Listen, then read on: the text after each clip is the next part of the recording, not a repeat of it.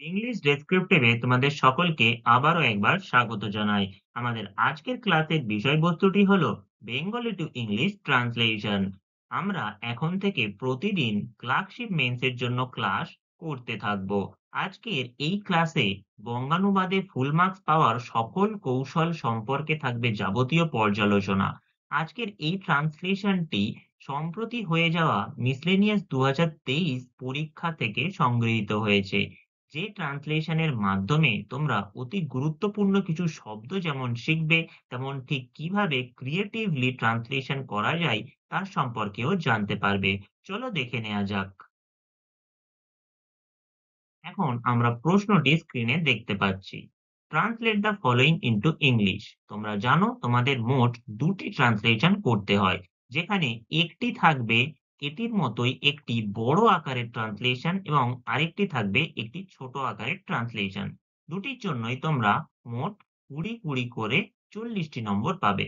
তোমরা এই ট্রান্সলেশনটি নিজে থেকে করার চেষ্টা করো ভিডিওটি পজ করে, এবং তোমাদের ট্রান্সলেশন কমপ্লিট হয়ে যাওয়ার পর অবশ্যই আমাদের প্রদত্ত উত্তরের সাথে মিলিয়ে দেখে নাও ঠিক কোথায় কোথায় তোমার ডেভেলপমেন্টের চান্সেস থাকছে। এবং তোমরা যারা এখনো ট্রান্সলেশনের গুরুত্বপূর্ণ নিয়মাবলীগুলি সম্পর্কে সচেতন নাও, তারা অবশ্যই আমাদের প্লে লিস্ট থেকে এই ট্রান্সলেশনের বিষয় সম্পর্কিত যাবতীয় তথ্য সংগ্রহ করবে। চলো দেখে নেওয়া যাক এর ব্যাখ্যাটি। এখন আমরা প্রত্যেকটি লাইন পরপর পড়ব এবং তার উত্তরটি দেখে নেব। প্রথম লাইনটি ছিল, আমার গিন্নির খুড়তুতো ভাই এক সওদাগরি অফিসের বড়বাবু। দেখে নেওয়া যাক উত্তরটি। My wife's cousin works as a senior clerk in a mercantile office. আমার গিন্নির, তাই জন্যই আমরা ব্যবহার করেছি মাই ওয়াইফস। ইংরেজিতে যখনই এর ব্যবহার করতে হয় তখনই অ্যাপোস্ট্রফ এস ব্যবহার করলে এর বোঝায়। এছাড়াও অন্যভাবে তোমরা এটি লিখতে পারতে যে আ কাজিন অফ মাই ওয়াইফ, অর্থাৎ আমার ওয়াইফের বা গিন্নির খুড়তুতো ভাই। কাজিন অর্থাৎ খুড়তুতো ভাই। এখন যিনি হলেন খুড়তুতো ভাই, তিনি কি হিসেবে কাজ করেন? সওদাগরি অফিসের বড়বাবু রূপে। তাই সওদাগরি অফিসের ইংরেজিটা জানা অতিরিক্ত প্রয়োজনীয়। সওদাগরি অফিস অর্থাৎ মার্কেন্টাইল অফিস। বড়বাবু অর্থাৎ সিনিয়র ক্লার্ক।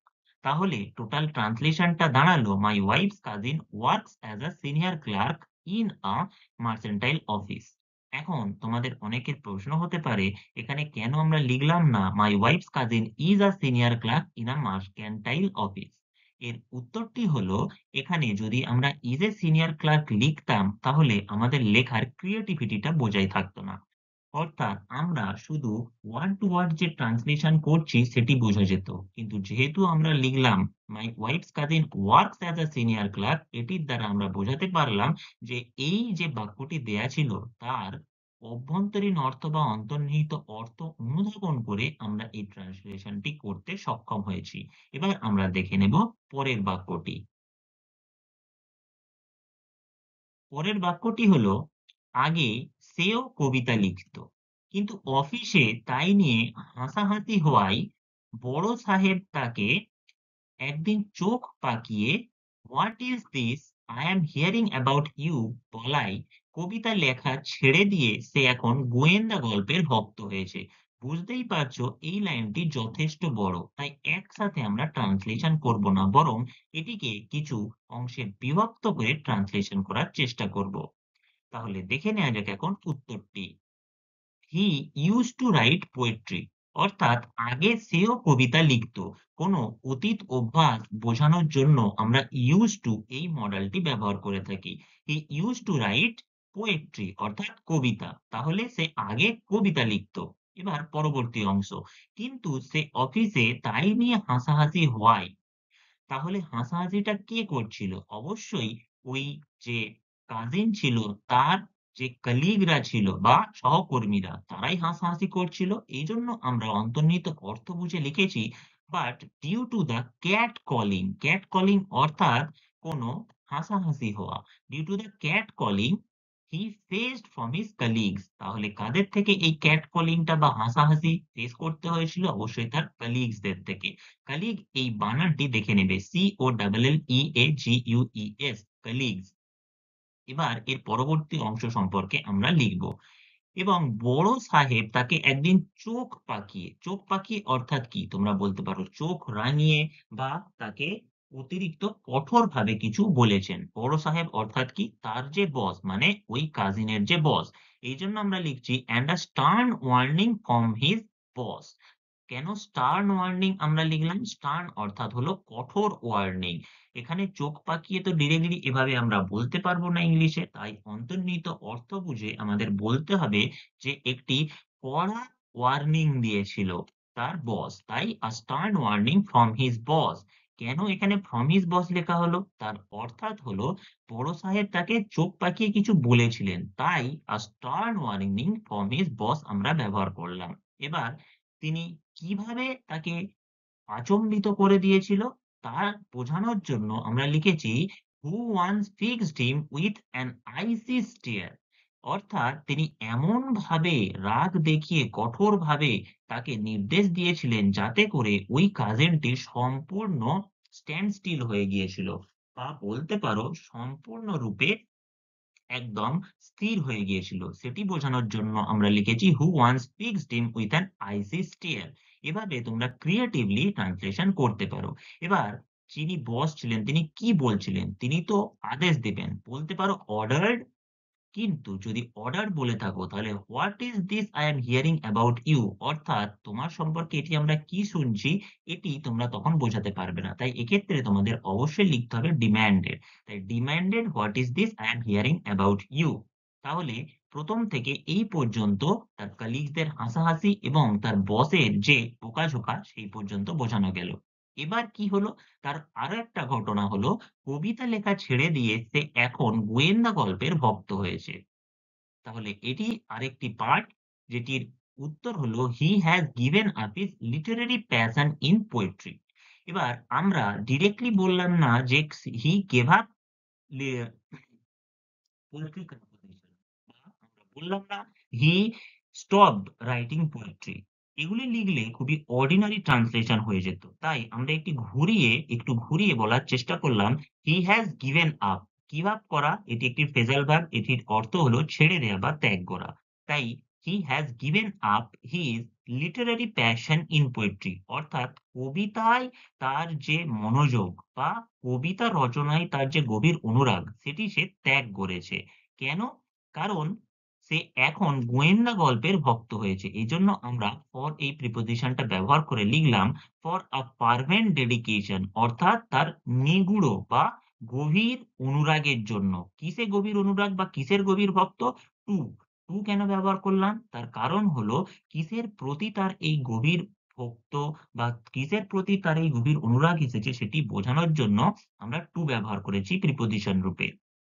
এবার তোমরা বুঝতেই পারছো গোয়েন্দা গল্প। অনেকে তোমরা এখানে লিখবে ডিটেকটিভ স্টোরিজ। এবার ডিটেকটিভ স্টোরিজ লিখলে এটি একটি অর্ডিনারি ট্রান্সলেশন হয়ে যাবে। তাই জন্য এর গূঢ় অর্থ আরো এটিকে ক্রিয়েটিভ বানানোর জন্য গূঢ় অর্থ বুঝে আমরা লিখলাম ডিটেকটিভ ফিকশন। তাহলে আশা করি বোঝাতে পারলাম এই লাইনটি ঠিক কতটা গুরুত্বপূর্ণ ছিল এবং কিভাবে রচনা করলে এটি একটি সম্পূর্ণ সার্থক বঙ্গানুবাদ হতে পারে। এবার দেখে নেব পরের লাইনটি। তার কাছে সে একদিন একটা ইংরেজি বই দেখল। তার কাছে সেদিন একটা ইংরেজি বই দেখল। বইটার নাম বুচার বেকার মার্ডার মেকার। তাহলে দেখে নেওয়া যাক উত্তরটি।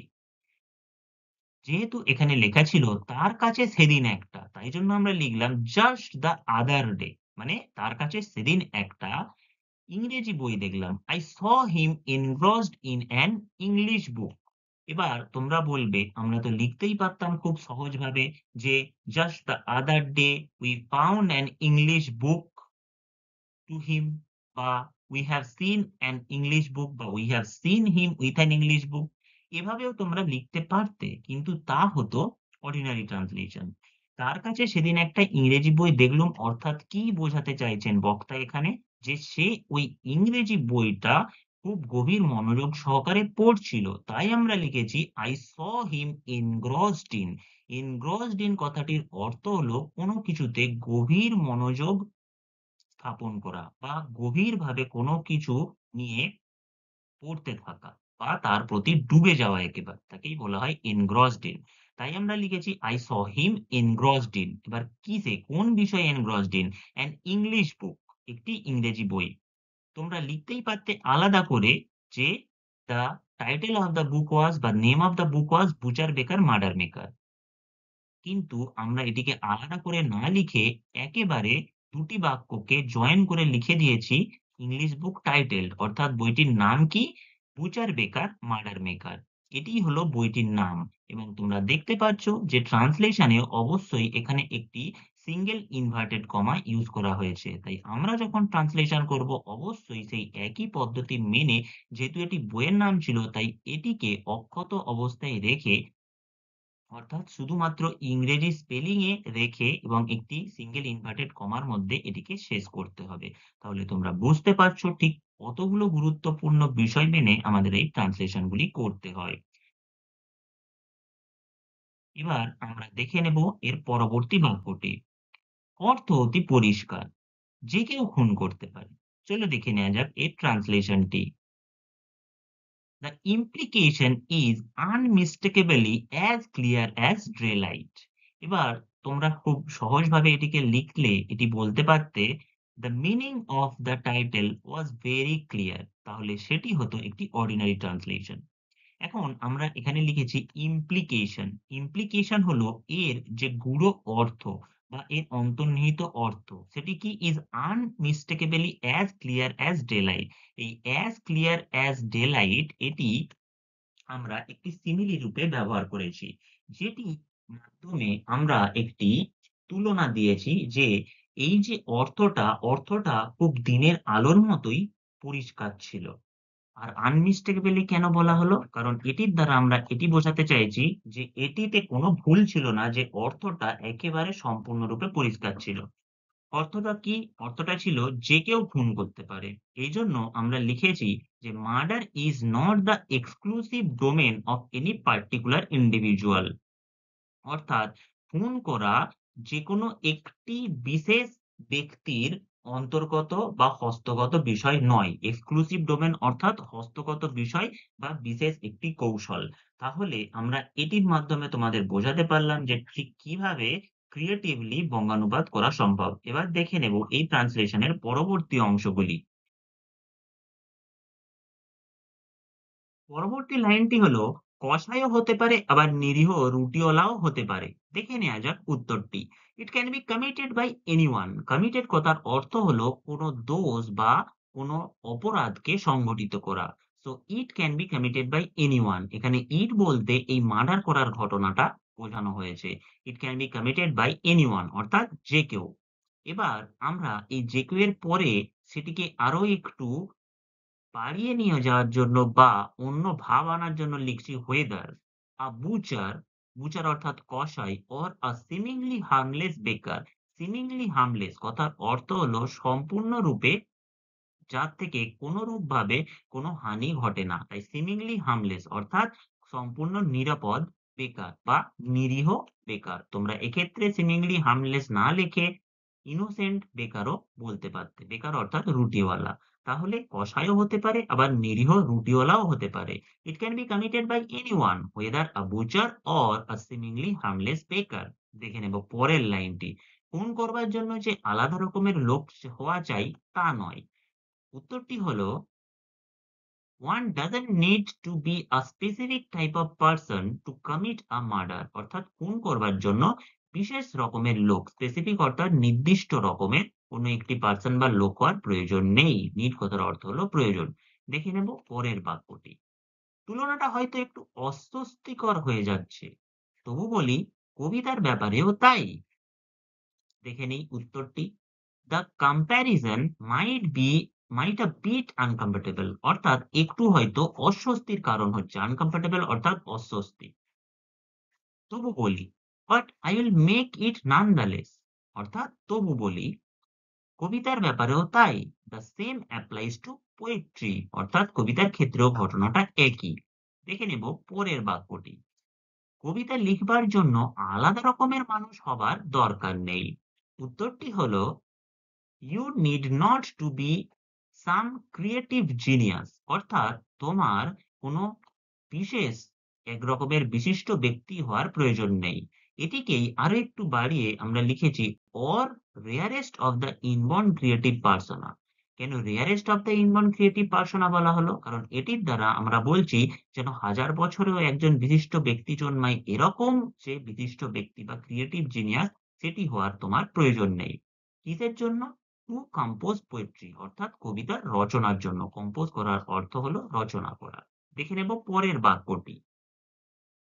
রাম, শ্যাম, যদু, মধু প্রত্যেকেই ইচ্ছে করলে এবং কায়দাগুলোকে একটু খেটে-খুঁটে রপ্ত করে নিলে ছন্দ ঠিক রেখে লাইনের পর লাইন মিলিয়ে সবাইকে তাক লাগিয়ে দিতে পারে। এই বাংলা বাক্যটি বোঝা উচিত। রাম, শ্যাম, যদু, মধু এখানে কোনো বালকের নাম নয়।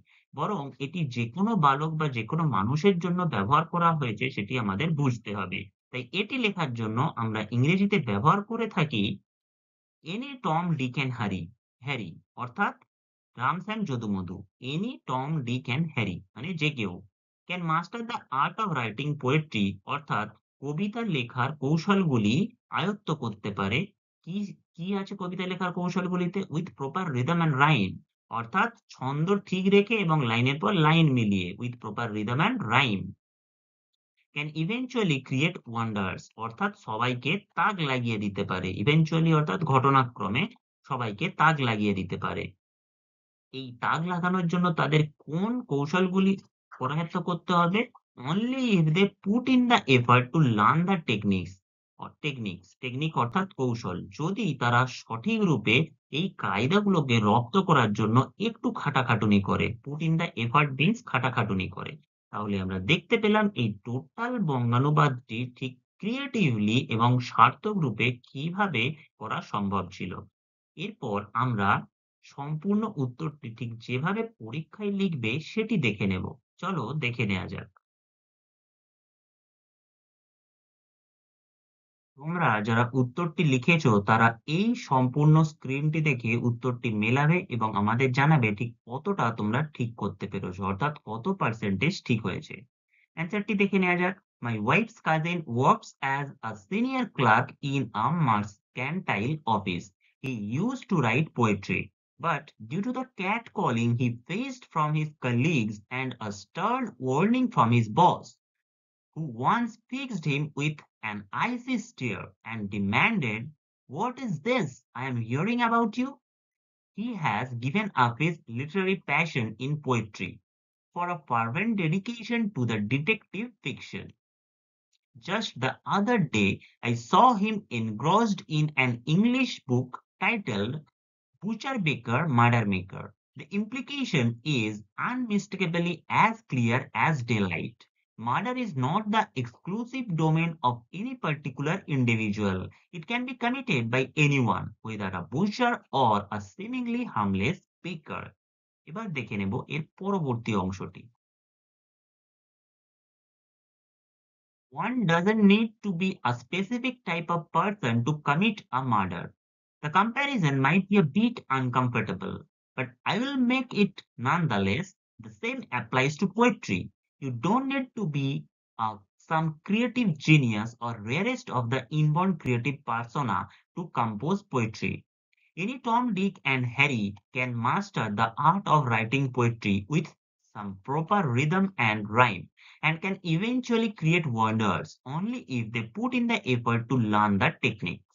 আশা করি তোমরা সকলেই এই ট্রান্সলেশনটি বুঝতে পেরেছো এবং কোন কোন বিষয়ে গুরুত্ব দিয়ে লিখলে ট্রান্সলেশনেও 100% মার্কস পাওয়া যায় তা বুঝতে পেরেছো বা অনুধাবন করেছো।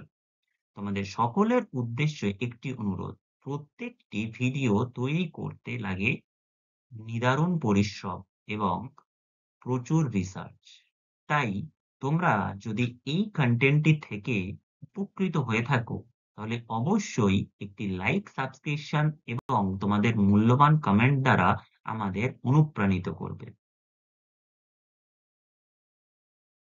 Thanks for watching, dear students. If you find this content really helpful for you, don't forget to like, comment, share, and subscribe this channel. And don't forget to share this content with your friends, those who are preparing this in the same field for the same exams.